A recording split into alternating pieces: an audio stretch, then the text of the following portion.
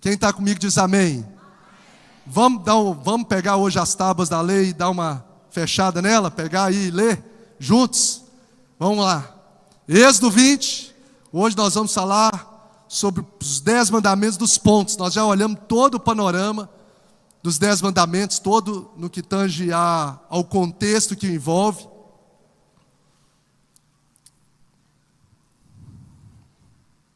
E hoje nós vamos ter a oportunidade de mergulhar um pouco mais, espero fazê-lo aqui na noite de hoje, os 10 pontos,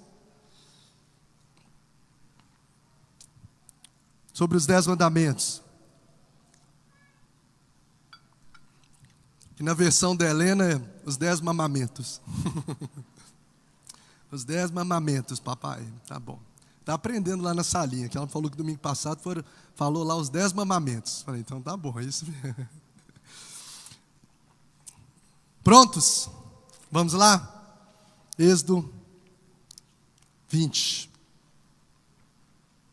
Os primeiros versos que diz assim: E Deus falou todas essas coisas. Eu sou o Senhor, o teu Deus, que te tirou do Egito, da terra da escravidão. Não terás outros deuses além de mim. Está aí no telão também. Vamos ler no telão juntos aqui então? Vamos lá? Não farás para ti nenhum ídolo, nem imagem de qualquer coisa no céu, na terra ou nas águas debaixo da terra. Não te prostrarás diante deles, nem lhes prestarás culto, porque eu, o Senhor, o teu Deus, sou Deus zeloso, que castiga os filhos pelos pecados de seus pais até a 3ª e 4ª geração daqueles que me desprezam. Mas trato com bondade até 1000 gerações. Amém. Aos que me amam e obedecem aos meus mandamentos. Próximo. Não tomarás em vão o nome do Senhor, o teu Deus, pois o Senhor não deixará impune quem tomar o seu nome em vão. Próximo. Lembra-te do dia de sábado para santificá-lo. Trabalharás 6 dias e neles farás todos os teus trabalhos, mas o 7º dia é o sábado dedicado ao Senhor, o teu Deus. Nesse dia não farás trabalho algum, nem tu, nem teus filhos, nem as tuas filhas, nem teus servos, nem tuas servas, nem teus animais, nem os estrangeiros que morarem em tuas cidades. Próximo. Pois em 6 dias o Senhor fez os céus e a terra, o mar e tudo que neles existe, mas no 7º dia... Portanto, o Senhor abençoou o 7º dia e o santificou. Próximo. Honra o teu pai e tua mãe, a fim de que tenhas vida longa na terra que o Senhor, o teu Deus, te dá. Próximo. Não matarás. Próximo. Não adulterarás. Próximo. Não furtarás. Não darás falso testemunho contra o teu próximo. Não cobiçarás a casa do teu próximo, não cobiçarás a mulher do teu próximo, nem seus servos ou servas, nem seu boi ou jumento, nem coisas algumas que lhe pertença. Amém? E assim ele finaliza os 10 mandamentos. Bom, vamos orar ao Senhor para que o Senhor venha falar aqui ao nosso coração. Reumara, por gentileza, faz essa oração, colocando diante do Senhor as nossas vidas. Senhor Deus e Pai, estamos aqui na Tua presença, Senhor, mais uma vez. Muito obrigada, Senhor, pelo privilégio de estarmos aqui na Tua casa, reunindo para ouvir, ó Pai, aquilo que o Senhor quer ministrar aos nossos corações. Prepara os nossos corações para receber da Tua palavra, que nossos corações venham ser corações moles, terrenos férteis nas Tuas mãos, ó Pai. Tira toda a dureza do nosso coração. Usa o pastor Bruno com poder, com graça, com autoridade, ó Pai. Que o Teu Espírito Santo venha falar através dos seus lábios com autoridade e com ousadia, ó Pai. E que nós venhamos ser muito além do que ouvintes, mas praticantes da Tua palavra, em nome de Jesus. Amém. Glória a Deus. Bom, os 10 mandamentos, eles carregam esse cerne, esse coração da aliança de Deus com Israel, e que se tornaram também um padrão de moralidade, né, para todo mundo, sobretudo o mundo ocidental. E eles resumem essas expectativas de Deus, ou seja, eles resumem a vontade de Deus para o homem. Alguns pontos importantes para a gente poder mergulhar neles e entender essa interpretação de cada um deles, é que primeiro que os 10 mandamentos, eles revelam o caráter de Deus. Então quando você lê cada um deles e estuda, você vai conhecendo sobre a essência de Deus, os atributos de Deus, a sua santidade, o seu amor, a sua fidelidade. Outro ponto é que os 10 mandamentos, eles foram dados para restringir o pecado humano. É uma forma de limitar. Por exemplo, quando ele diz não furtarás, é para limitar essa maldade, esse pecado no nosso coração, de às vezes pegar aquilo que pertence ao outro. E da mesma forma em cada um dos outros mandamentos. Então quando você tem o mandamento ali descrito, isso restringe a sua atuação. Isso restringe a maldade do homem. Terceiro ponto, os mandamentos eles foram dados para revelar o nosso pecado.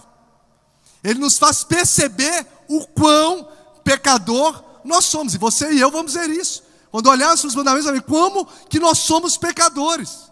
E sobretudo, a necessidade de nós sermos salvos. Paulo diz assim, Romanos 7,7. Que diremos então? A lei é pecado? Romanos 7,7. De maneira nenhuma. De fato, eu não saberia o que é pecado, a não ser por meio da lei. Pois na realidade, eu não saberia o que é cobiça, se a lei não dissesse, não cobiçarás. Então é como às vezes o radar que tem lá na estrada. Você está andando ali, e quando você vê um limite ali mencionado pelo radar, você consegue saber aquilo que é certo ou errado. Ele restringe a sua atuação. Você sabe que se passar ali, pode dar ruim. Então, você vai ver que os 10 mandamentos, eles, além de revelar, ele restringe o pecado e nos mostra que a gente precisa de um Salvador. Porque todos nós, você vai olhar que todos nós falhamos. E graças a Deus, porque Cristo, ele cumpriu a lei. E por isso que nós somos salvos pela sua graça, né? Mediante a fé, pela misericórdia de Deus. E ele consegue, por meio do seu Espírito, nos moldar à vontade de Deus. Então essas são realidades do propósito pelo qual os 10 mandamentos carregam. Um outro fator importante sobre os 10 mandamentos, para a gente entender cada um deles de forma assertiva, é que os 10 mandamentos não foram dados para promover um relacionamento com Deus. Diga comigo, os 10 mandamentos não foram dados para promover o meu relacionamento com Deus. Ah não, vou cumprir, se eu cumprir ali aqueles 10 mandamentos ali, eu não estou roubando, não estou matando, eu estou garantido ali com o céu, eu estou bem com Deus. Não, os 10 mandamentos, eles não foram dados para promover um relacionamento com Deus, porque Deus já se relacionava com o homem, mesmo antes dos 10 mandamentos, sim ou não? Desde o Éden, entrou o pecado, continuou se relacionando, sim, com Abraão, andou com Enoque, andou com Noé, com Isaac, com Jacó, então Deus já se relacionava. E aí em Êxodo 19, que antecede aqui os 10 mandamentos, ele não fala só a Moisés, mas ele fala a todo o povo. Então, o que nós precisamos para relacionar com Deus é por meio de Jesus. Jesus é o mediador. Jesus é o caminho. E não é por obras da lei. Então a gente precisa deixar isso claro, que os 10 mandamentos, eles devem ser obedecidos, sim, mas eles não têm poder de salvação. Diga comigo, os 10 mandamentos não têm poder de salvação. Então, cumprir os 10 mandamentos é impreterível para a gente viver uma vida coerente, para a gente viver uma vida saudável, para a gente viver uma vida equilibrada, para a gente viver uma vida que agrada a Deus. Mas a salvação não é pelas práticas da lei, mas pela graça de Deus. Efésios 2, 8, 9 diz, porque vocês são salvos pela graça, mediante a fé, e isso não vem de vós, é dom de Deus, não por obras, para que ninguém se glorie.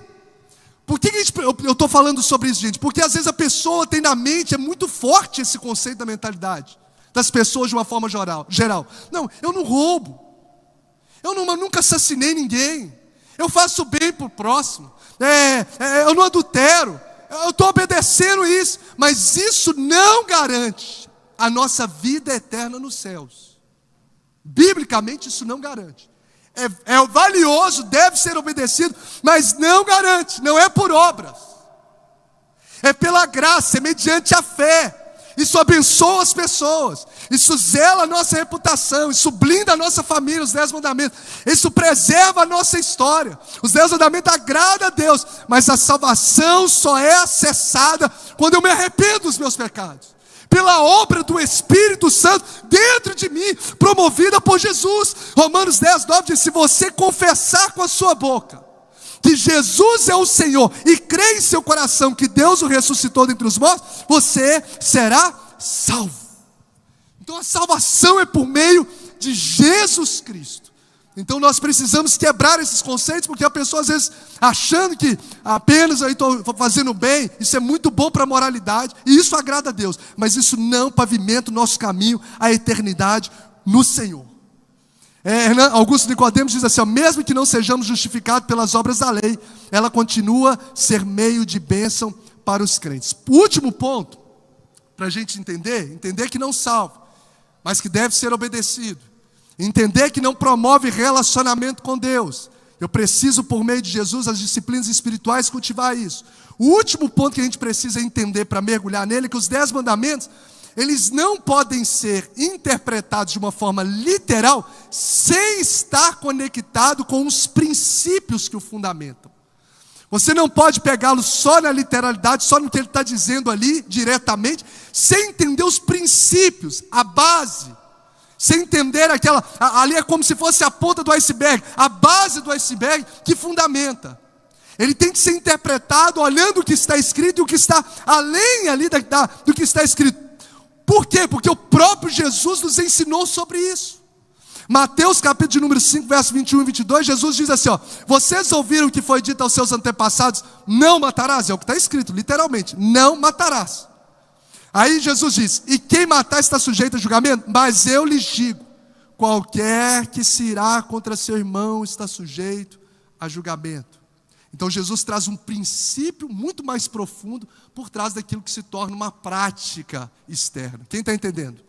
Você vai ver Mateus 5,27, vocês ouviram o que foi dito? Não adulterarás. E aí a gente só pensa na traição fora do casamento. Aí Jesus pega o princípio por trás dessa literalidade que está ali resumida no mandamento e diz, mas eu lhes digo, qualquer que olhar para uma mulher para desejá-la, já cometeu com ela o adultério. Marcos 2, 24, 27, mais uma vez Jesus faz isso em relação ao sábado. Os fariseus lhe perguntaram, veja bem, por que eles estão fazendo o que não é permitido no sábado? Porque os discípulos estavam no dia do sábado, do calendário, estavam colhendo espigas de milho que não era permitido e comendo.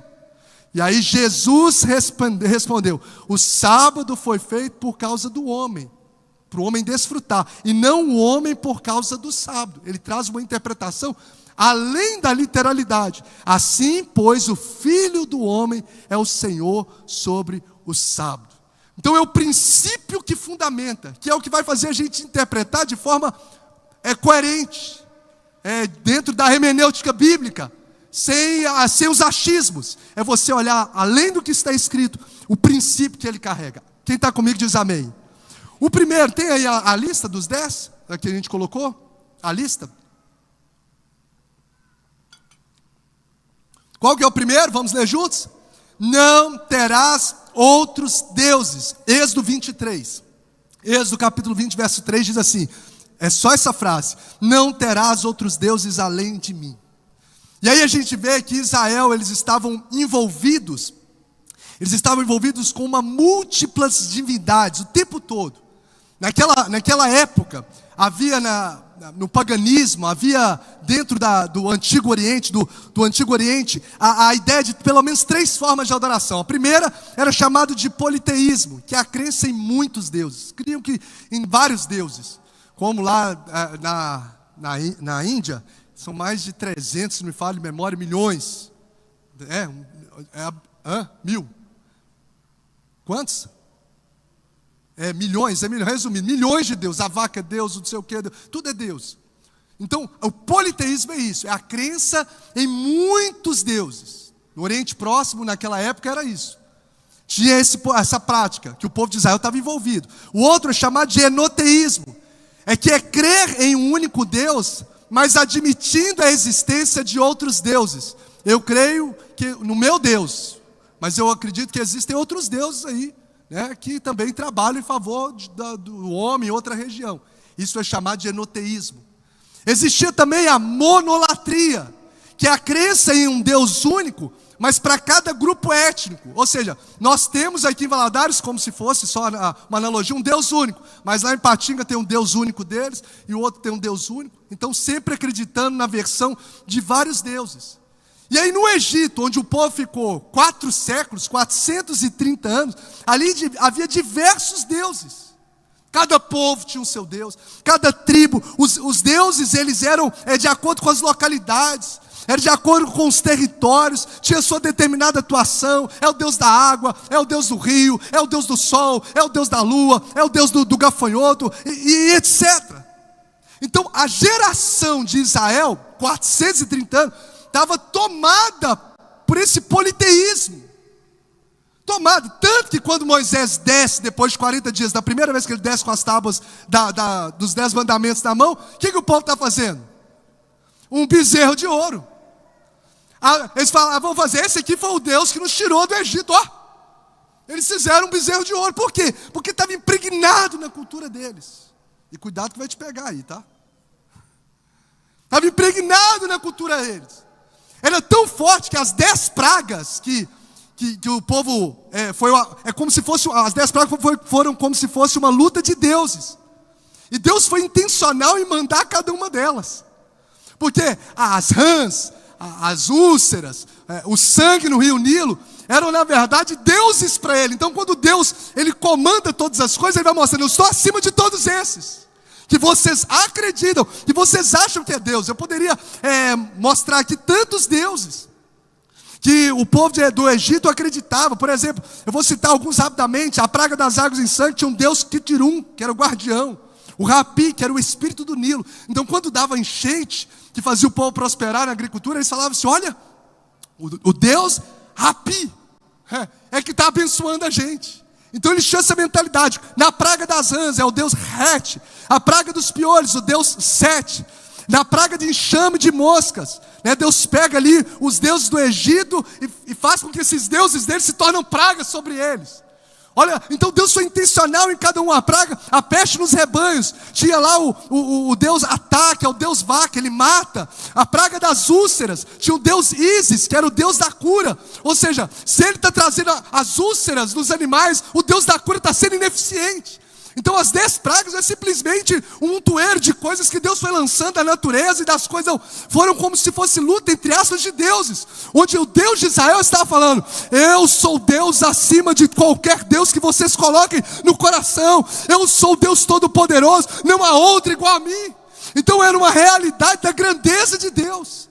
É Deus se revelando como Deus único, como Deus poderoso. Ou seja, o nosso Deus não é um entre muitos deuses. Ele é o único e verdadeiro Deus, Criador dos céus e da terra, o Senhor sobre todas as coisas. Como a gente canta e crê, é o único que é digno de receber a honra, a glória, a força e o poder ao Deus eterno, imortal, invisível, mas real. A Ele nós ministramos o louvor. Você pode aproveitar e exaltar esse Deus, Criador de todas as coisas. Então no Egito, quando ele mata os deuses, já está trabalhando na cabeça do povo de Israel. Só o Senhor é Deus. Só existe esse Deus. Aí em Marcos capítulo 12, verso 34, o escriba lhe disse assim para Jesus, muito bem, mestre, e com verdade disseste que há um só Deus e não há outro além dele, e que amá-lo de todo o coração, de todo entendimento, de toda a alma, de todas as forças, e amar o próximo como a ti mesmo, mais do que todos os holocaustos. Jesus, vendo que havia respondido sabiamente, disse assim, não estás longe do reino de Deus. Quando o escriba falou, há um só Deus e que não há outro além dele, Jesus falou com ele, você está respondendo sabiamente, você está aproximando do reino de Deus. Quando a gente entende que só existe, 1 Coríntios 8, 6 diz assim, todavia para nós há um só Deus. O apóstolo Paulo diz, o Pai, de quem é tudo, e para quem nós vivemos, e um só Senhor, Jesus Cristo, pelo qual são todas as coisas por Ele. Efésios 4, 5 diz, um só Deus e Pai de todos, o qual é sobre todos e por todos e em todos. Pastor, o que isso tem a ver? A gente precisa ter um cuidado com esse pluralismo religioso da atualidade, onde a pessoa fala, olha, você adora o seu Deus, eu adoro o meu, e nós estamos adorando tudo a mesma coisa. Não, toda religião é bom, todo caminho leva a Deus. Cuidado. O que o Senhor está trazendo como um primeiro mandamento é que só o Senhor é Deus, soberano, como nós cantamos. Só Ele é Rei dos Reis, só Ele é Senhor dos Senhores. Tanto que para poder lançar esse primeiro mandamento, ele começa dizendo assim no versículo 1 e 2: o Senhor falou com vocês face a face. Eu sou o Senhor, o seu Deus, que tirou do Egito, da casa da escravidão. O que isso nos mostra? Quem é esse Deus, pastor? Quem é o Deus que Moisés diz assim: o que eu vou dizer para esse povo? Eu sou o que eu sou. O texto nos mostra: eu sou o Senhor que falo com vocês. Ou seja, o Deus que nós servimos, pega isso no seu coração, meu irmão. Por mais elementar que seja, você precisa entender isso e viver isso. É o Deus que fala. Simples, mas qual a última vez que você ouviu e se moveu sobre a voz dele? O texto diz, Deuteronômio 5,4: o Senhor falou com vocês. Foi Ele quem falou com Moisés da sarça, falou com o povo. Ele é um Deus que fala a língua dos homens. Ele é um Deus que comunica do céu e da terra. Ele é um Deus que, se você permear, passar as páginas da Escritura, por quase 420 vezes está escrito assim: assim diz o Senhor, assim diz o Senhor. Ou seja, um Deus que fala ao nosso coração, um Deus que fala com as crianças, um Deus que chega: Samuel, Samuel. Um Deus que fala com os adolescentes, que chama Davi na sua adolescência, e chama Daniel na adolescência para a juventude. Um Deus que fala com os jovens, como Sadraque, Mesaque e Abednego, como Salomão. Um Deus que fala com os homens adultos, como Ele falou com Eli e com Abraão. Que fala com idosos, como Moisés, que já estava com 80 anos. Esse é o Deus que fala conosco, que fala através da palavra, que fala através da instrução, da pregação, que fala através de sonhos. O Senhor está falando conosco aqui nessa noite, porque a voz do Senhor ecoa através da sua poderosa palavra. E eu quero declarar em nome de Jesus que o Senhor vai dar sensibilidade aos meus e aos seus ouvidos para discernir a voz dele e para se mover sobre a voz de Deus, porque o Deus que nós servimos é o Deus que fala.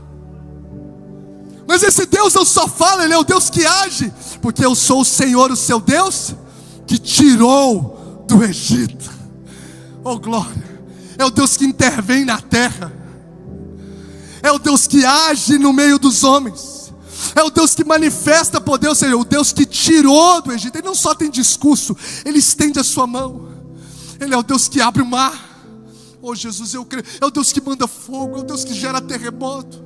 Sim, que tremeu o monte Sinai. Ele é o Deus que cura, Ele é o Jeová Rafá, Ele é o Jeová Nissi, Ele é o Deus que é a nossa vitória. Ele é o Deus que age, é o Deus que transforma o coração de Saulo. Ele é o Deus que abre portas que a gente precisa. Ele é o Deus que transforma o coração do marido que talvez está empetrecido, ou da esposa. Ele é o Deus que restaura alianças, é o Deus que restaura casamentos, é o Deus que liberta os filhos das drogas, que não há nada demasiadamente difícil que Ele não possa fazer. O Deus que nós servimos é o Deus que fala, é o Deus que age, e é o Deus que se relaciona, porque o texto diz: eu sou o Senhor, o seu Deus. Seu Deus, diga: Ele é o meu Deus. Ou seja, Ele não é inerte, Ele não é distante. Ele é o Deus que te espera no secreto. É o Deus que, apesar de toda a sua grandeza, quer se relacionar contigo. E eu fico pensando quantas vezes a gente não tem aqui a cultura, por uma cultura cristã que a gente estabelece, de ter deuses na nossa mente ou na nossa disposição de vida, do Deus Sol, o Deus da Lua. Pastor, não faço isso, o Deus da vaca, né? O Deus da fertilidade. Mas os homens vão construindo seus próprios substitutos. Os homens vão construindo seus próprios substitutos. A carreira se torna o seu Deus, porque é ela que governa o seu tempo, ela que governa suas decisões, ela que governa a sua geografia, ela que governa se você vai ou não vai para o culto, ela que governa se você vai ou não vai servir na igreja. O dinheiro se tornou Deus. A gente só troca o substituto, só faz novos substitutos. Não terás outro Deus além de mim. Quem tem sido o nosso Deus que governa a nossa vida? Às vezes é a carreira, às vezes é o dinheiro. Quem tem sido Deus que governa a nossa vida? Talvez são os prazeres da carne. Se tornou um Deus no seu final de semana, nas suas decisões. Eu não consigo aqui, eu vou ter que me envolver com fulano. Quem é que está governando a sua vida? Outro Deus que não é o único Deus. A gente só está mudando de substituto, só está mudando de Deus. Quem é que governa? Quem está governando a minha história? Quem está governando a sua história? O primeiro mandamento diz: não terás outros deuses além de mim. Pastor, eu achei que essa eu já tinha passado, porque eu não tenho nada, uma imagem de escultura, nunca adorei o Deus Sol, o Deus Lua, esses que nem existe. Mas quem é que está governando a nossa vida? Não terás outro Deus além de mim. O segundo mandamento: não farás para ti imagem de escultura. Verso 4 a 6 diz assim: não farás para ti nenhum ídolo, nem imagem de qualquer coisa, no céu, na terra, nas águas, debaixo da terra. Não te prostrarás, não ajoelharás diante deles, nem lhes prestará culto, porque eu sou o Senhor, eu sou Deus zeloso. Tem ciúme quando Deus fala, estou com ciúme, é um ciúme santo. Eu tenho ciúme. Castigo os filhos pelos pecados de seus pais até a 3ª e 4ª geração, porque eles viviam dentro de uma mesma realidade, e aquilo ia sendo visto do pai para o filho, do filho para o pai. Não era uma maldição simplesmente espiritual, mas é essa repetição de comportamentos. Mas abençoo mas trato com bondade até 1000 gerações aos que me amam e guardam os meus mandamentos. Então o segundo mandamento, ele proíbe qualquer representação distorcida de Deus. Deus não tem corpo. Deus, ele é espírito. Deus é espírito, João 4 diz. A palavra espírito, rua no hebraico, no grego, pneuma, vem de vento. Ou seja, Deus, ele é imaterial. A maior revelação de Deus na terra foi o Cristo. Mas Deus, ele é espírito, ele não pode ser medido. Então esse mandamento ressalta essa espiritualidade de Deus. E na época a idolatria era uma cultura predominante. Então para eles não fazer imagem esculpida por mãos humanas era difícil, porque era um instinto. Prova que já tinham visto o mar vermelho se abrindo, maná caindo, as 10 pragas. Quando Moisés desce, o que eles fazem? Esculpe uma imagem, um bezerro de ouro. Ele faz uma imagem, ele quer materializar Deus, um bezerro de ouro. Então olha só como que essa cultura idólatra estava impregnada na mente, na vida dele. E a gente observa que o ser humano, via de regra, ele tem a tendência de moldar a Deus a sua imagem. É como se a gente tivesse uma necessidade de criar uma versão confortável de Deus. É como fé necessitando de amuletos. Eu preciso de ter algo tangível para poder acreditar, para eu poder orar. Eu preciso ver uma imagem esculpida. Alguns outros, está achando que vai ficar fora? Precisa de uma água ungida para se conectar, de uma terra de não sei de quê, para poder conectar a fé de amuletos, qualquer objeto para tentar conectar ali e ter alguma espiritualidade do objeto. Porém Isaías 42 diz assim: eu sou o Senhor, este é o meu nome, a minha glória, pois não darei ao trem, nem a minha honra às imagens de escultura. 1 Coríntios 10, 14. 1 Coríntios: por isso, meus amados irmãos, fujam da idolatria. 1 João 5, 21. Filhinhos, guardai-vos dos ídolos. Então a Bíblia nos mostra com clareza que a idolatria, ela é um pecado. O ídolo é um substituto de Deus. Diga comigo: um ídolo é um substituto de Deus. Um ídolo é um substituto de Deus. É qualquer coisa que assuma o lugar de Deus em imagem. Só que a Bíblia nos dá com clareza, dizendo que os ídolos, eles não são deuses. Eles são divindades apenas na mente de quem crê. Porque Deuteronômio 32, 21 diz assim: provocaram-me ciúmes, o Senhor diz, com aquilo que nem Deus é, e irritaram-me com seus ídolos inúteis. Com seus ídolos inúteis. Deuteronômio 32, 21. O texto diz: me provocaram, me irritaram. Gálatas 4:8. Mas no passado, quando não conheciam a Deus, vocês eram escravos de deuses que por natureza não são deuses. Ou seja, esculpir uma imagem, ou tentar se conectar a uma imagem como se fosse a de Deus.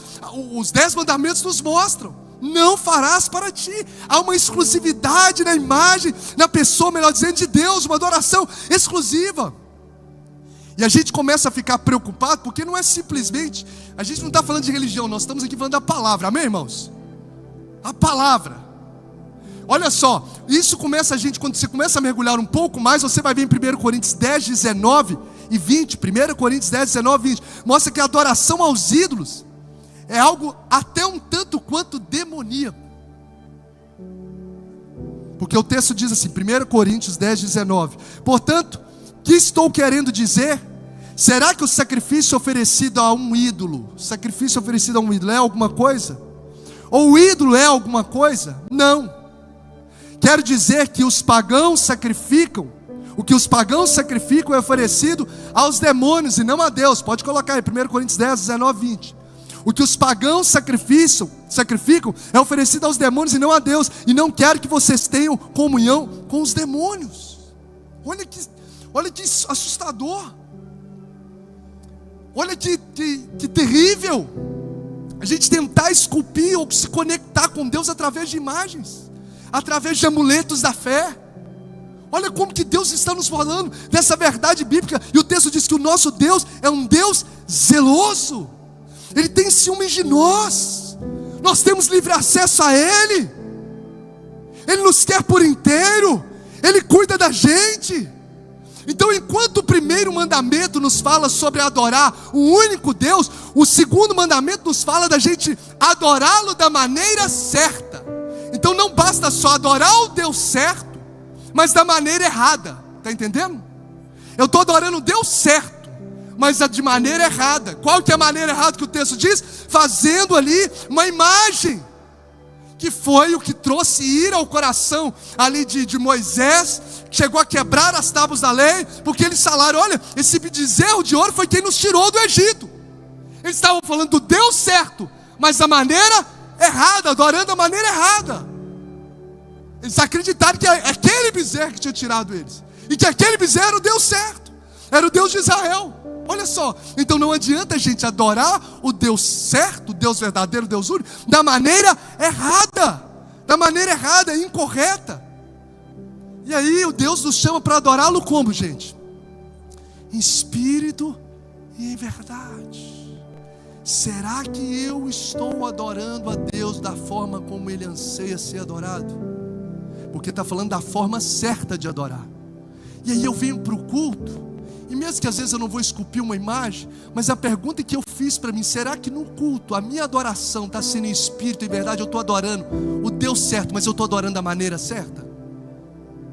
Porque às vezes eu posso estar adorando o Deus certo, mas de uma maneira em que o meu culto está sendo expressivo da maneira errada.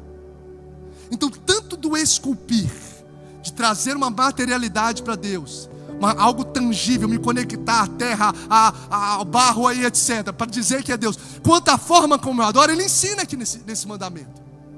Então vamos ler os dois primeiros mandamentos, 1, 2, 3 e... Não terás outros deuses. Segundo, não farás ídolos. Terceiro, no nome do Senhor teu Deus em vão. Não tomarás o nome do teu Deus em vão. Ou seja, o nome ele indica o quê? Tantas coisas, né? Quando você fala um nome, você já pensa na pessoa que você conhece com esse nome. Porque o nome, ele indica o quê? O caráter de uma pessoa.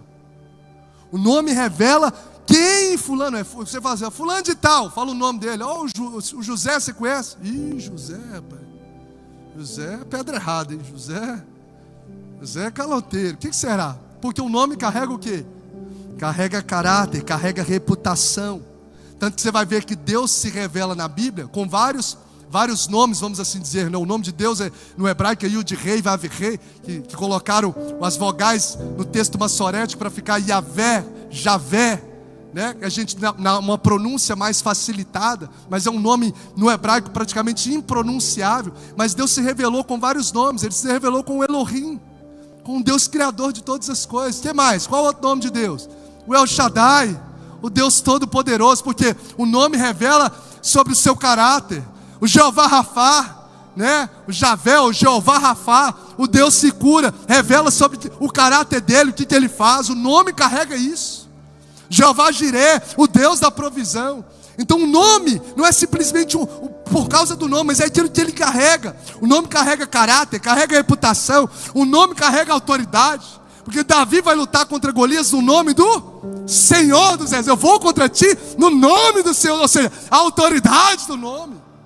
O nome de Jesus, a autoridade no nome de Jesus. Então o nome carrega autoridade. O nome ele revela o valor. Tanto que Filipenses, válido ler, Filipenses 2, verso 9 a 11, diz: por isso Deus o exaltou à mais alta posição, e lhe deu o nome que está acima de todo nome, para que ao nome de Jesus se dobre todo o joelho, no céu, na terra, debaixo da terra, e toda a língua confesse que Jesus Cristo é o Senhor, para a glória de Deus Pai. Só que quando esse texto fala, não tomarás o nome de Deus em vão, eu fiz uma vez uma aula numa escola de Jerusalém, fiz online, eu fui em Jerusalém, fiz o contato, depois eu fiz uma aula de hebraico por um período com eles, na faculdade, uma das faculdades de Jerusalém, e justamente com um judeu lá, um dos professores. E no momento que às vezes na leitura ali, a gente fazendo a leitura do hebraico, com a Bíblia hebraica, aprendendo ali o hebraico, na hora que chegava o nome de Deus, que é esse tetagrama, Yud Rei, Vav Rei, ele falava Adonai, ele não pronunciava. Ele não pronunciava o nome por uma questão de reverência. Até quando eles foram traduzir ali a Bíblia, escrever, né, os textos, copiar os textos, na hora que chegava no nome de Deus, mudava de pena. Então ele não pronunciava. Aí eu pronunciava lá o nome, tal, mas ele não pronunciava e colocava Adonai na hora de aparecer, que significa Senhor, no lugar desse nome. Só que você observou que esse texto diz, não, o que está escrito ali? Não tomarás, não fala de pronúncia. Esse texto ele não carrega sobre a pronúncia, ele fala muito mais de postura do que de pronúncia. Sobre tomar o Deus em vão. Não vai dar para a gente mergulhar aqui, mas a palavra hebraica na exegese, tomar significa carregar. Significa levar o nome. Se você depois ler Êxodo 20, verso 11 e 12, número 6, você vai ver que os nomes da tribo de Israel eram colocados em filetes no peitoral, e eles levavam até Deus o nome do povo de Israel, e depois, o povo de Israel até Deus, e depois eles levavam o nome de Deus sobre o povo. Eles tomavam o nome de Deus e carregavam depois da bênção faraônica. Em número 6 diz assim: assim porão o meu nome sobre os filhos de Israel, e eu os abençoarei. Então esse nome era carregado nos ombros, e era lançado sobre o povo. Então o povo carregava esse nome. Então ao falar não tomar, ou carregar no exegese hebraico, carregar o nome, não é sobre a pronúncia do nome, mas é sobre carregar esse nome, ou seja, está mais ligado à postura do que à pronúncia. Trocando por miúdos ou aplicando para a nossa vida. Se você entregou a sua vida a Jesus, se você caminha com Cristo, você é chamado de quê? De cristão, de filho de Deus. E você carrega esse nome aonde você vai. Você carrega o nome de Jesus para onde você vai. E se você toma esse nome, se você carrega o nome de Deus, né, para o ambiente, e você vive de uma forma indigna, você está tornando esse nome de Deus em vão. Então tomar o nome de Deus em vão é quando cada coisa indigna que eu faço, eu faço de forma incoerente na minha vida. Então não tem problema de você tomar o nome, o problema é tomar o nome em vão. É quando eu dou mau testemunho. É quando eu estou em ambientes e tenho comportamentos que não glorificam a Deus. Ali fulano é crente, não é assim ou não é, gente? Fulano ali não fala que é crente, não fala que é pastor. Ali não compra, não paga, mente, fala mal da vida dos outros. Ou seja, tornando o nome de Deus em vão. Eu estou carregando o nome, olha que importância, olha que seriedade sobre isso. Será que a vida que eu vivo, eu estou honrando o nome que eu carrego? Será que a forma como eu trato os filhos, a forma como eu trato a minha esposa, será que eu estou honrando o nome que eu carrego? Será que a forma como eu me lido, como um funcionário, ou como um patrão que seja, dentro do meu ambiente profissional, será que eu estou honrando o nome que eu carrego? O nome de Jesus? Será que as pessoas olham para mim e falam, ali está indo uma Bíblia ambulante, ali está indo um homem de Deus? Ou será que eu estou levando o nome de Deus em vão? É quando palavras que saem da minha boca não honram esse nome. É quando a postura que eu tenho não honra esse nome. Então isso fala do nosso caráter. Isso fala daquilo que eu falo e da forma como eu ajo. É o nome que eu carrego. Se aquilo que, por os ambientes onde eu estou, a forma como eu me porto, está de fato honrando o nome que eu carrego. Então como que eu não vou tomar? Já entendi que eu não vou tomar o nome de Deus em vão. Então o que eu devo fazer, pastor? Como eu tomo o nome de Deus? Uso o nome de Jesus nas suas orações. Como eu vou tornar o nome de Deus valioso, se eu posso assim dizer? Como a Bíblia diz, santificado seja o teu nome. Ou seja, como eu vou tornar esse nome santo na vida que eu vivo? Quando eu começo a cantar louvores a Ele. Quando eu vivo uma vida que glorifica a Deus. Quando eu entendo que quer eu como, quer eu bebo, quer eu faço qualquer outra coisa, eu vou fazer tudo para a glória de Deus. É honrar esse nome, onde as pessoas vão olhar você e vão falar: ali de fato está indo um homem de Deus. O meu pai, o filho olha, o meu pai é um homem de Deus. O filho olha e fala: minha mãe é uma mulher de Deus. A mãe olha para o filho: meu filho é um menino cheio do Espírito Santo. Eu estou honrando o nome de Deus. O quarto mandamento: lembra-te do dia de sábado para santificá-lo. A palavra sábado significa Shabat. Não vai dar para a gente falar tudo. Vou só citar e que Deus manda no nosso coração depois. Não, está entendendo tudo? Está dando para entender alguma coisa? Então tá bom. Muito. Explicar direitinho. Então tá bom. Os mandamentos sociais seguem domingo que vem, gente? Amém. Correr. Então vamos fechar o quarto mandamento e a gente segue os mandamentos. A primeira tábua da lei são os mandamentos que falam do nosso relacionamento com Deus, e a segunda parte dos 5 é os mandamentos sociais. Então, para finalizar, lembra-te do dia de sábado. Aí o verso 9 diz: trabalharás 6 dias e nele farás todos os seus trabalhos, mas o 7º é o sábado dedicado ao Senhor. Nesse dia não farás trabalho algum, nem tu, nem os filhos, nem as filhas, nem os servos, nem as servas, nem os animais, nem os estrangeiros, porque 6 dias o Senhor fez os céus e a terra, o mar e tudo que neles há, mas no 7º dia descansou. Então a palavra sábado é Shabat, que significa o quê? Descanso. Descansar, descansar. E esse sábado já fazia parte da cultura, da realidade de Israel, desde a verdade, por exemplo, Deus mostrou ali na própria distribuição do maná, quando Ele mandou o maná, na sexta-feira Ele mandava o quê? Dose dupla, né? Mandava para os 2 dias, para o povo não ter o trabalho ali, né? Para o sábado eles de fato descansarem em plenitude. Então, quais são os significados do sábado? Primeiro, o sábado é um marco, como um marco de tempo, porque Gênesis capítulo 2, verso 1 a 3 diz que Deus trabalhou 6 dias e no último dia, que é o 7º, descansou. Agora me responde, Deus precisa descansar, gente? Isaías 40, 28 diz que Deus não se cansa e nem se fadiga.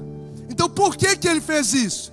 Para nos estabelecer um padrão, para nos ensinar desde a criação que o homem precisa descansar. E nos dias de hoje nós estamos quebrando assim de lapada esse mandamento. E o povo de Israel, eles eram o que no Egito? Eram Então, para que eles pudessem se tornar uma nação, Deus estava ensinando, relembrando. Tanto que Deus falou assim, lembra do dia de sábado. Ou seja, lembra de descansar. Então era um estabelecimento para estruturar, para que quando ele se tornasse uma nação, desde o preparo no deserto, ele já entrasse nesse padrão divino. Eu estava ouvindo uma pregação na escola teológica de Charles Spurgeon, de Mauro Meister, um negócio, é um reverendo. E ele disse que na Revolução Francesa, a Revolução Francesa tentou se livrar de tudo que pertencia a Estado, à igreja, e mudar. E uma das coisas que fez como mudança, ele recita, que eles tentaram colocar a semana em 10 dias. Nós não vamos colocar em 7 dias, conforme ali a Bíblia fala. Nós vamos colocar a semana de 10 dias. Resultado, não durou muito tempo. As pessoas tinham que trabalhar 10 dias e descansar 1. Trabalhar 10, 1. Não durou muito tempo e foi ao fracasso, porque saiu daquilo que era um padrão divino. Saiu, e aí voltou novamente para o 7 por 1. 6 por 1, né? Trabalha 6 e ali você tira um tempo. Mas qual que é o princípio que fundamenta isso, gente?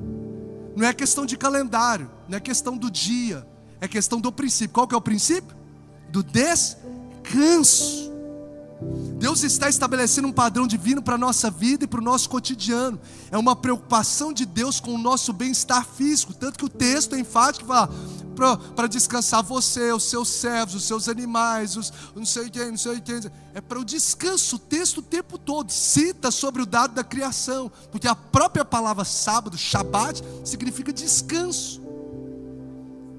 Tanto que depois eles foram colocando o povo judeu foi inserindo tanta hipocrisia, religiosidade, mecanismo, que foi engessando, a ponto de Jesus falar: oh, meus irmãos, no Novo Testamento, o sábado foi feito para o homem, não o homem para o sábado, porque eles não faziam nada. Gente, eu estive, já falei para vocês, em Israel em 2013 ou 2014, em Israel, e você vê que o quanto que isso se tornou um mecanismo engessado, religioso, e se torna hipócrita, porque eles começaram a colocar tantas coisas sobre o dia, sem preservar o princípio. Eu estava em um hotel na cidade de Jerusalém, a Lu estava lá, e eu desci, a gente ia começar lá o roteiro, eu desci e tinha que chamar alguém, lá na parte no andar tal, não sei se era meu, foi chamar alguém. Aí eu cheguei na recepção, né? Bereshit Bar... Não, tô brincando. Falei com eles lá. Não falei em hebraico não, tá, gente? Conversei com eles para eles poderem ligar pro andar tal. Chama aí no andar tal, aí no ramal tal, lá no andar tal. Aí eles viraram o telefone para eu poder chamar. Eu falei: o que é isso? Perguntei. Eu custei entender. O que é isso? Falei: não, porque eles não podem ter o trabalho de digitar o ramal lá do andar para ligar. Eles estão trabalhando. Você entende? Olha aqui. Está no ambiente de trabalho, está no hotel trabalhando, mas não pode digitar para poder discar. Aí a gente foi subir no andar. A gente foi subir para o nosso andar. Não lembro o andar que a gente estava, 5º, 6º andar. A gente foi entrar, aí tem 2 elevadores. Tem um elevador dos turistas, vamos assim dizer, e o elevador do judeu. No elevador de judeu, ele para de andar em andar. Se for 30 andares o hotel, e a pessoa for o judeu, ela entra ali, aí para no primeiro andar, para no segundo e abre a porta e fecha a porta, para no terceiro, abre. Por quê? Porque eles não podem ter o trabalho de esticar a mão e apertar o botão, porque estaria quebrando o sábado. Estou falando de realidade que eu vivi lá. Existe hoje regulamentado 39 coisas que são consideradas trabalho no sábado, 39 coisas que são proibidos de fazer. Uma delas é acender fogo, apagar fogo, terminar uma manufatura de qualquer objeto, curtir couro, rasgar intencionalmente para suturar alguma coisa, tecer, assar, cozinhar. Você pode pesquisar, isso aí é uma cultura já atual, estou falando da atualidade. Imagina na época lá de Jesus. Então eles eram, por isso que Jesus falou: gente, o sábado foi feito para vocês descansar, foi feito para o homem, não o homem para o sábado, porque eles estavam esquecendo justamente do princípio, que era um dia dedicado justamente para o descanso e dedicado para adorar a Deus. Lucas 6, para a gente finalizar, Lucas 6 diz assim: certo sábado, enquanto Jesus passava pelas lavouras de cereal, seus discípulos começaram a colher e a debulhar espigas com as mãos. Debulhar, isso aí até hoje não pode, colher, debulhar, espiga com as mãos, comendo os grãos. Os fariseus perguntaram: o que vocês estão fazendo que não é permitido no sábado? Jesus lhe respondeu: vocês nunca leram o que fez Davi? Jesus falando: quando ele e seus companheiros estavam com fome, ele entrou na casa de Deus e, tomando os pães da presença, comeu o que apenas aos sacerdotes era permitido e deu também aos seus companheiros. Verso 5: e então lhes disse: o Filho do Homem é Senhor do sábado. Então o que os discípulos estavam fazendo? Os judeus ali ficaram assustados, os fariseus. Eles estavam com fome e foram colher espigas e comer. Eles falaram: o que está fazendo que não é lícito? Ou seja, eles criaram uma série de regras que começaram a engessar religiosidade, hipocrisia dentro da realidade do sábado, sendo que o princípio A palavra sábado já carrega Shabat. E eu e você precisamos tirar um dia para descansar, para a gente poder reservar para adorar a Deus também. Então, para descansar e adoração, diga comigo, descanso e adoração a Deus. Tanto que se você olhar as repetições do Shabat, ele vai falar para você guardar o sábado, fazer esse dia especial, você santificar o sábado, ou seja, dedicar ele ao Senhor, você descansar, ou seja, cessar aquilo que é regular, e lembrar, ou seja, trazer à memória o que Deus fez. Então é um dia de descanso, é um dia de lembrança, é um dia de comunhão, é um dia da gente guardar ali para poder separar, para cultuar a Deus. E se você olhar no Novo Testamento, de alguma forma os cristãos, até para não é engessado o calendário, os cristãos do Novo Testamento, que eram judeus, né, eles passaram do sábado ali para o domingo, porque Jesus ele ressuscitou no domingo. Depois ele se revela a Tomé justamente no domingo. Você vai ver João, você vai ver aqui no João 20, no primeiro dia da semana, bem cedo, estando ainda escuro, Maria Madalena chegou ao sepulcro e viu que a pedra da entrada tinha sido removida. Primeiro dia da semana, no domingo, hoje, Jesus ressuscitou. João 20, 19, ao cair da tarde daquele primeiro dia da semana, estando os discípulos reunidos, a porta trancada por medo dos judeus, Jesus entrou, pôs no meio deles e disse: paz seja convosco. A gente vai ver eles começando a romper com essas estruturas religiosas que perderam-se com o tempo dentro ali da cultura judaica. João 20, verso 24 e 26, Tomé, quando Jesus vai se revelar a Tomé depois, ele decide, por algum motivo, não sei se talvez para estabelecer até mesmo um padrão ali, se revelar a Tomé depois de uma semana, num domingo. Você vai ver no verso de número 24, verso 26, vou colocar aqui mais rápido. Uma semana mais tarde, os seus discípulos estavam outra vez ali, e Tomé com eles. Uma semana mais tarde, apesar de estarem trancadas as portas, Jesus entrou, pôs no meio deles e disse: paz seja convosco. E aí você vai ver João 20, 19, pode vir, louvor, por gentileza. Ao cair da tarde daquele primeiro dia da semana, mais uma vez, Atos 27, Atos capítulo 20, verso 7, no primeiro dia da semana, reunimos-nos para o partir do pão, a ceia, e Paulo falou ao povo, pretendendo partir no dia seguinte, continuou falando até meia-noite. Mais uma vez você vai ver a igreja aqui reunida ali, num domingo. 1 Coríntios 16, 2, Paulo de novo, no primeiro dia da semana, cada um de vocês separe uma quantia, de acordo com a sua renda, reservando-a para que não seja preciso fazer coletas quando eu chegar, no primeiro dia da semana. Então você vai ver que eles rompem com essa estrutura. Meu irmão, todos os dias pertencem ao Senhor, amém ou não amém, gente?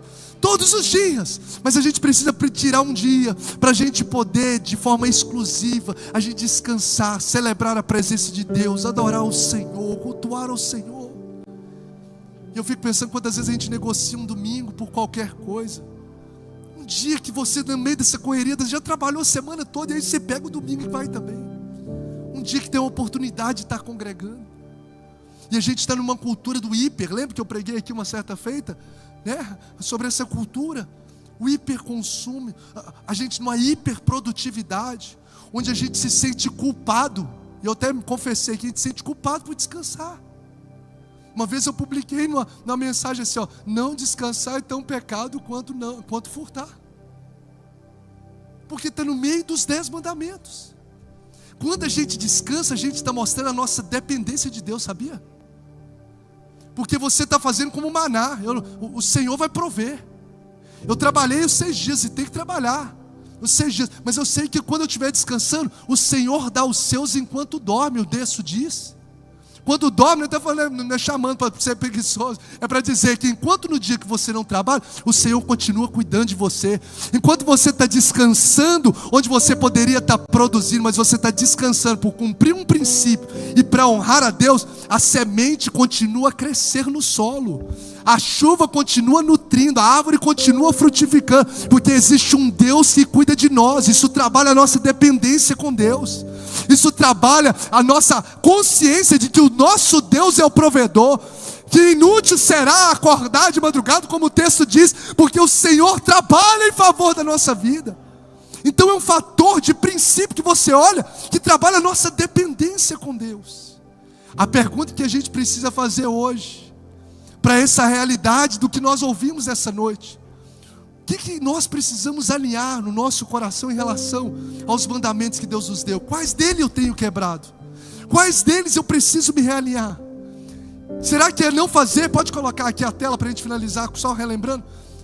Será que é não fazer, não adorar outros deuses? Será que é não ter outros deuses diante de mim? O que está sendo o meu Deus? É a minha carreira? Quem está governando a minha história? Quem é o dinheiro? O que está governando o meu tempo? O meu dia? Será que é não fazer o ídolo? Ou seja, não só adorar o Deus certo, mas adorar o Deus certo de forma certa? Será que eu estou adorando a Deus em espírito e verdade? Será que eu estou adorando a Deus da forma que Ele anseia ser adorado?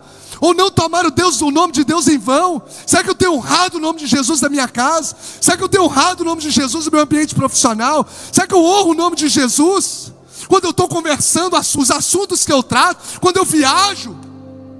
Ou será que é lembrar de descansar e confiar na provisão dEle? Separar um tempo e dizer: Senhor, eu estou aqui para ouvir a Tua palavra, estou aqui para aprender de Ti, para mergulhar no Senhor, e através dessa atitude de declarar: eu dependo do Senhor, o Senhor é o meu provedor, Ele vai me sustentar. Quem entendeu diz amém. Coloque-se de pé por gentileza.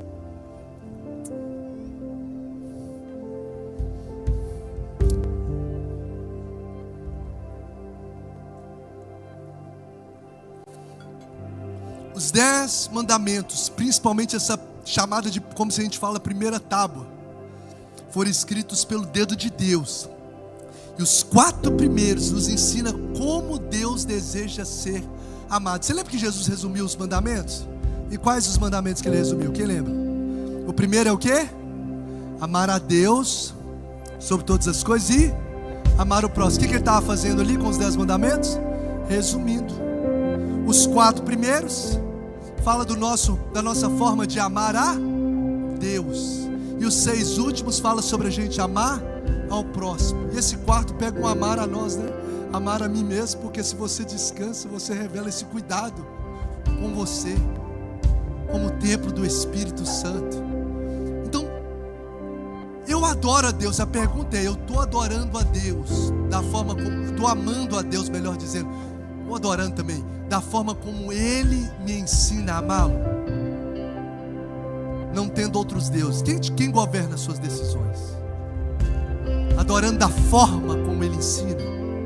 Eu preciso de um amuleto, eu preciso de uma imagem, eu preciso de uma água ungida para crer, eu preciso de um negócio. Eu tenho adorado em espírito e verdade? Como que Deus gosta de ser adorado, amado? Quando eu estou na rua e as pessoas olham para mim e veem Cristo na minha vida. Não estou levando o nome de Deus em vão. É a forma como Ele anseia ser amado. Você pode às vezes estar amando de uma forma que Deus não está pedindo. Já aconteceu isso no casamento? Às vezes você está manifestando um amor que não é a forma como a pessoa se sente amada. Lembra das linguagens de amor? Então Deus é tão bom que Ele já fala assim: não, a forma como eu me sinto amado, se eu posso assim dizer, está aqui descrito. Não terás outros deuses, não farás para ti uma imagem, não tomarás o meu nome em vão. Lembra do dia do descanso. Olha aí. Às vezes a gente arruma um tanto de mirabolantes ideias e não faz aquilo que é elementar para manifestar o nosso amor, a nossa gratidão e a nossa adoração a Deus. Tu és maravilhoso, Tu és maravilhoso. Celebre a presença dEle, exalte ao Senhor, o único Criador dos céus e da terra, e que por meio do Teu Espírito se move nesse lugar. Está aqui, Deus habita no meio do povo. Te exaltamos, Senhor. Bendito seja Teu nome. Eu quero convidar você a colocar a mão sobre o seu coração. Quero pedir a Lu para fazer essa oração final, entregando esse culto para Ele, para a glória dEle, em nome de Jesus. Senhor, muito obrigada pela Tua palavra ministrada. Obrigada, Senhor, porque o Senhor nos deixou ensinamentos tão preciosos, nos ensinando a ter uma vida de adoração, porque é essa vida de adoração. onde nós vamos ser aqui na terra repletos da tua presença, que é o que realmente traz a verdadeira alegria. Obrigada porque o Senhor não está nos deixando ficar perdidos no caminho ou desapercebidos de como o Senhor tem nos instruído a viver para Ti. Muito obrigada pela Tua palavra, que é maravilhosa. Muito obrigada porque o Senhor é o Todo-Poderoso e nós podemos descansar o nosso coração no único e verdadeiro Deus. Que essa semente venha frutificar, que os nossos corações sejam como uma terra fértil. Cada pessoa que saia com a convicção de que o Senhor falou, que o Senhor ministrou e que venha experimentar do Teu poder e saia daqui transformado para a honra e glória do Teu santo nome. Deus, que as escamas do engano caiam, que as vozes da mentira agora se emudeçam, que os Seus filhos tenham os olhos e os ouvidos abertos para a Tua verdade. Tudo aquilo que está na mentira e está no engano nessa noite seja derrubado pelo nome poderoso de Jesus. Que todas as divindades demoníacas que trabalham na mente, contando mentiras para as pessoas, nessa noite elas sejam caladas e que os teus filhos saiam daqui sabendo que o que eles ouviram é a tua palavra, a única verdadeira, o único que tem poder e aquele que tem o governo de todas as coisas. Nos dê uma semana abençoada na tua presença, de adoração ao Senhor. Meu amigo Espírito Santo, nos ensina a adorar ao Senhor como Ele gosta. Nos dê um coração quebrantado, nos dê humildade, nos dê amor e, sobretudo, perseverança na palavra dEle. Que o Senhor venha falar conosco durante toda essa semana, continuar nos livrando de todo mal, nos dando uma semana cheia da alegria do Senhor, vencendo batalhas em Teu nome e glorificando o Teu nome em tudo. Que a todo momento venhamos saber que o Senhor está conosco, guardando a nossa vida, a nossa casa, a nossa família, os nossos filhos e filhas e os nossos familiares também sejam alcançados pela graça do Senhor. Nós Te adoramos como igreja. Receba a nossa adoração ao Senhor, que é o único digno de louvor em todo sempre. Amém. Em nome de Jesus. Amém. Que a graça do Senhor Jesus Cristo, o amor de Deus Pai e a comunhão com o Espírito Santo seja sobre a sua vida, sua casa, sobre o corpo de Cristo, ao redor da terra, hoje e para sempre. Juntos dizemos: Deus te abençoe.